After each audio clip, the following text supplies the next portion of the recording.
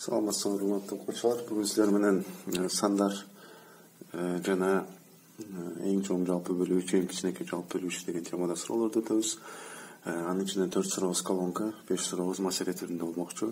Биринчи сурообуз x, y, z удаалаш жуп сандар, y плюс z чоңбу же x плюс y чоңбу колонка түрүндө суроо берилген. Бул жерде силерге эки жол менен түшүндүрүп берейин. Биринчи жолу. Бул биринчи жолубузда ордуна эң кичинекей эле сандарды коебуз. Мисалы x, y, z, x, y, z. Булардын ордуна эң кичинекей сандарды 2, 4, 6. Бул жерде терс сан койсоңор деле болот, жок ошол эле чыгат. Ошол ал эми y плюс z дегенде бизге y дегенибиз 4, ал эми z дегенибиз 6. Бул барабар 10 чыгат. Ал эми экинчи колонкадагы x плюс y болгон үчүн x өз 2 плюс 4. Бул жерде 10 чоңбу же 6 чоңбу деген суроо пайда болот. Албетте 10 чоң болот. Бул биринчи жолубуз. Ушул эле суроонун экинчи жолун силерге түшүндүрүп берейин. Ал эми экинчи жолубузда бизге ошол эле берилген тууралуу x, z берилген. Y плюс z чоңбу, x плюс z чоңбу деп берилген. Мынтип жазып алабыз. Y плюс z, x плюс y. Бул жерде өзүңөр көргөндөй эле эки жакта тең y болгон үчүн буларды алып салсак, бизге z чоңбу, x чоңбу деген суроо пайда болуп атат. Албетте z x'тен кийинки сандар келип атса, булар мындай катар менен келген үчүн ар бири бири-биринен чоң болуп эсептелет. X'тен y чоң, y-тен z чоң болгон үчүн z x'тен чоң болот. Бул жерде эле жообубуз А болот. Экинчи сурообузда A, B, C удаалаш бүтүн сандар. A плюс 1 көбөйтүү b чоңбу же c квадраты чоңбу, c'нын квадраты чоңбу деп берилген. Бул жерде эле удаалаш бүтүн сандар деп берилген үчүн булар оң сандар болуп эсептелет. A, B'нын ордуна ошондой эле сан коебуз. A, B, C. A мисалы эмне болушу мүмкүн? 1 десек, B 2 болот, C 3. Ошондой эле каалаган сандарды койсоңор болот. 3 деп жазып коелу. Каалаган санды койсоңор болот. Же болбосо A, B, C чоңураак сан десеңер, мисалы 7, 8, 9 тууралуу деле койсок болот. Бул жерде биздин текшериш керек болгон A плюс 1 дейт. Анда 1 плюс 1 көбөйтүлгөн B'быз 2.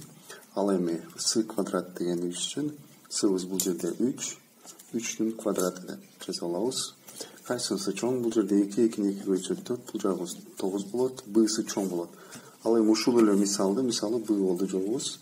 Ушуну эле чоң сандар менен деле текшерип көрөбүз. Мисалы 7 плюс 1. A'быз 7 болгон үчүн 7-ни жазабыз. B'нын ордуна B'быз 8 болгон үчүн 8 деп жазабыз. Ошондой эле c квадрат болгон үчүн 9'дун квадраты. Бул жерде 8 көбөйтүү 8 барабар 64 болот. Ал эми 9'дун квадраты 81. 64 чоңу 81. Бул жерде деле жообубуз B чыгат. Үчүнчү сурообузда K, L, M түрүндө 3 сан берилген. Ал 3 сандын суммасы 12. Бирок эреже боюнча K, L-ден кичинекей, ал эми L-ден кичинекей түрүндө сандар берилген. K чоңбу, 4 чоңбу деп берилип атат. Бул жерде негизи мындай эле. Бул жерде деле сан койсок болот. Бирок 12 деп атканда 12-ни 3 көрсөк 4 деген сан чыгат. Бул деген 4 окшош санды корсок 12 чыгат. Бул жерде бирөө кичинекей, бирөө чоң болуп атса, L-дин ордуна гана 4-тү жаза алабыз. Бул жагы 5, бул жагы 3 түрүндө сан берилет. Бул сандардын суммасы деле 3 плюс 4 плюс 5 12 деген жооп чыгат.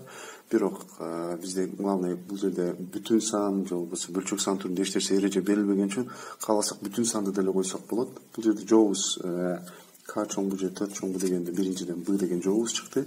Ал эми экинчиде ошону эле бөлчөк түрүндө сан койсок деле дайыма K 4төн кичинекей сан болот. Мисалы кааласаңар мындай десек болот. Мисалы K'ны 4 десек, кийинки сандар 4төн бүтүнгө чоң сандар боло алат. Мисалы 4,1 десек, анда бул сөзсүз 4,2 деген сан болуш керек.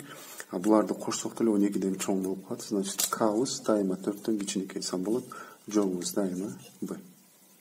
Ал эми 4-чү суроодо x плюс y барабар 6, y бөлүнгөн y барабар 0 түрүндө берилген. Бул жерде бизге эң керектүүсү бул жерде x бөлүнгөн y-ден 0 экени.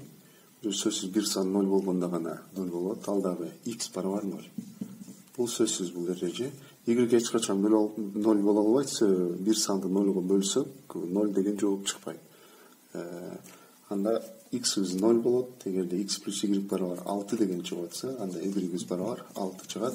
Эки жакка тең текшерсек дайыма туура жооп чыгат. Мисалы 0,6-ны кошсок 6, ошондой эле 0'ды 6га бөлсөк 0 болуп калат. Анда x чоңбу же y чоңбу дегенде y барабар 6 болгон үчүн жообубуз b болот. 5-чи суроодо эгерде a жана b натуралдык сандар болсо, жана a квадрат көбөйтүлгөн b'нын кубу барабар 500 болсо, анда 2a плюс b барабар канча? Бул жерде негизи сандардын бөлчөктөрү деген темадан алсак болот. Биринчиден 500'дү жаза алабыз. 500'дүн бөлчөктөрү.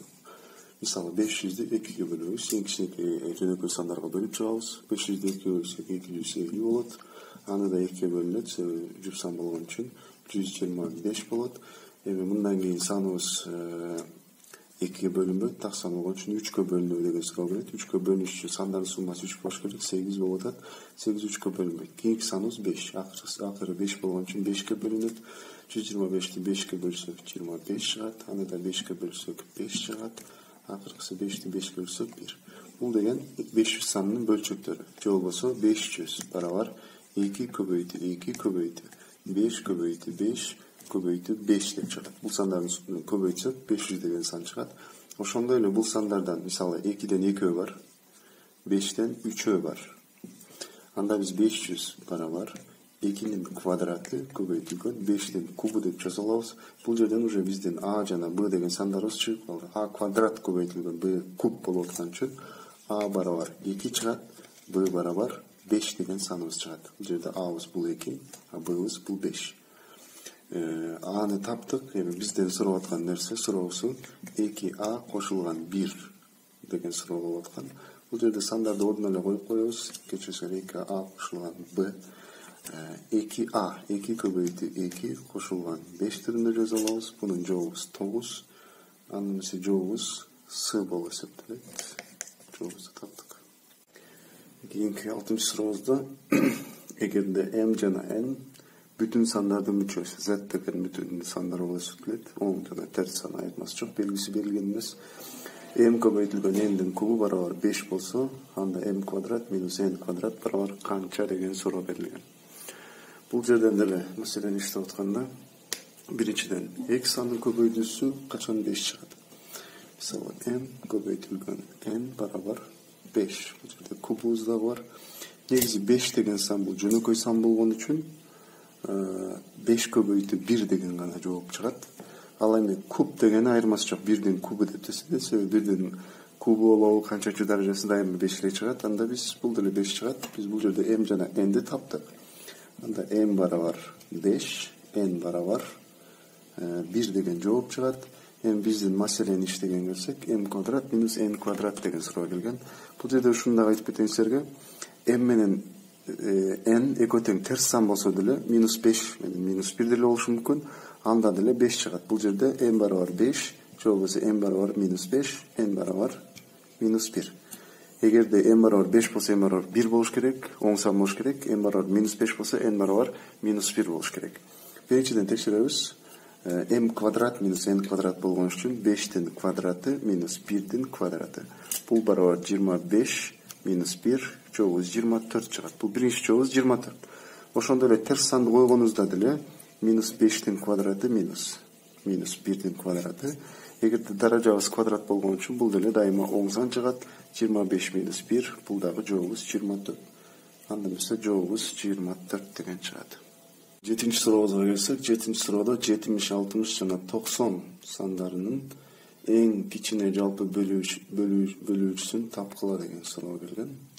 Бул суроодо негизи HGB же болбосо HGB деген теманы баарыбыз өтсөк керек. Бул суроонун негизи ар түрдүү варианттары бар, ар жолдору бар. Бирок биздин колдонгон эң оңой жолубуз бул сандарды катарынан жазабыз.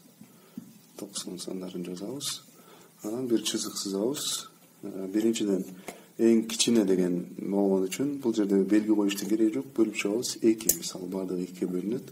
70'ti 2'ye бөлсөк 35, 60'ты бөлсөк 30, 90'ды 2'ye бөлсөк 45. Негизи эң чоң болгондо белги коймокпуз. Бул жерде белгинин кереги жок. Андан кийин дагы 2'ye бөлөбүз. Себеби арасында бир жуп сан бар. Анда мисалы 35 болот. 30'ды 2'ye бөлсөк 15, 45 бөлүнбөгөн үчүн 45 деп жазабыз. Кийинки саныбыз 3кө бөлүнө турган сандар бар арасында 3кө бөлүп чыгабыз. 35 бөлүнбөгөн үчүн 35 бойдон калат. 15'ti bölsek 5, 45'ti 3'e bölsek 15 деген жооп чыгат. Дагы 3'e бөлүнө турган бир 1500 бар, дагы 3'e бөлөбүз, анда 35 ошол бөлүнө түшөт. Бул жагыбыз 5, бул жактагы 5 болот. Кийинки уже саныбыз 5ке келет. Себеби 3'e бөлүнө турган сан калбады. 35'ti 5'e bölsek 7 болот, 5'ti 5'e bölsek 1 болот. Акыркы саныбыз 7 болот, баардыгыбыз 1 деген чыгат. Бул сандарды көбөйтсөк, биз эң кичине жалпы бөлүүчүсүн табабыз. Анда эмесе көбөйтүп чыгабыз. 2 көбөйтү 2 көбөйтү 3 көбөйтү 3 көбөйтү 5 көбөйтүлгөн 7. 2'ni 2 бөлсөк 4, 4'tü 3'e bölsөк мындай катарына мындай деле көбөйтүп алсак болот. 4 көбөйтү 9 көбөйтүлгөн 35. 4 жерде 9 36, 36'ны 35'ke көбөйтөбүз. Жообубуз көбөйтсөк жообубуз 1260 деген жооп чыгат. Ал эми кийинки суроодо 180, 270 жана 450 сандарынын эң чоң жалпы бөлүүчүсүн тапкыла деп берилген. Бул жерде деле ошондой эле жолду колдонобуз. Бирок бул жерден мурунку суроого айырмаланып белги коюшубузга туура келет. Мында баарын 2'ye бөлүп келебиз. Кааласак негизи мындай жолу бар. Эгерде баарында акырында 0 болсо, 0'дорду алып салабыз, аягында 0га көбөйтүп коебуз, 0 кошуп коебуз. Мисалы 18, 27, 45 санын табабыз биринчи. Бул эң оңой жолу, конечно. 2, 18'de 2'ye bölsek 9 болот, 27 бөлүнбөйт, ошол бойдон түшөт, 45 дагы бөлүнбөгөн үчүн ошол бойдон түшөт. Жуп сан калбаган үчүн бул жерде негизи белгини минус деп коебуз, себеби бир эле санга бөлүндү. Эгер баарына бөлүнбөсө минус деген белгини коебуз. Кийинкиси 3'e bölөбүз. 9'du 3'e bölsök 3 bölündü. 27'ni 3'e bölsök 9, 45'ti 3'e bölsök 15. Бардыгына бөлүнгөн үчүн же плюс деген белгини коебуз, же тоголоктоп койсок болот. Мен көбүнчө плюс деген белгини коем. Ошондой эле дагы 3'e бөлүнө турган сандар бар. 1, 3 жана 5. Бул жерге да плюс белгисин коебуз, себеби бардыгына бөлүнүп атат.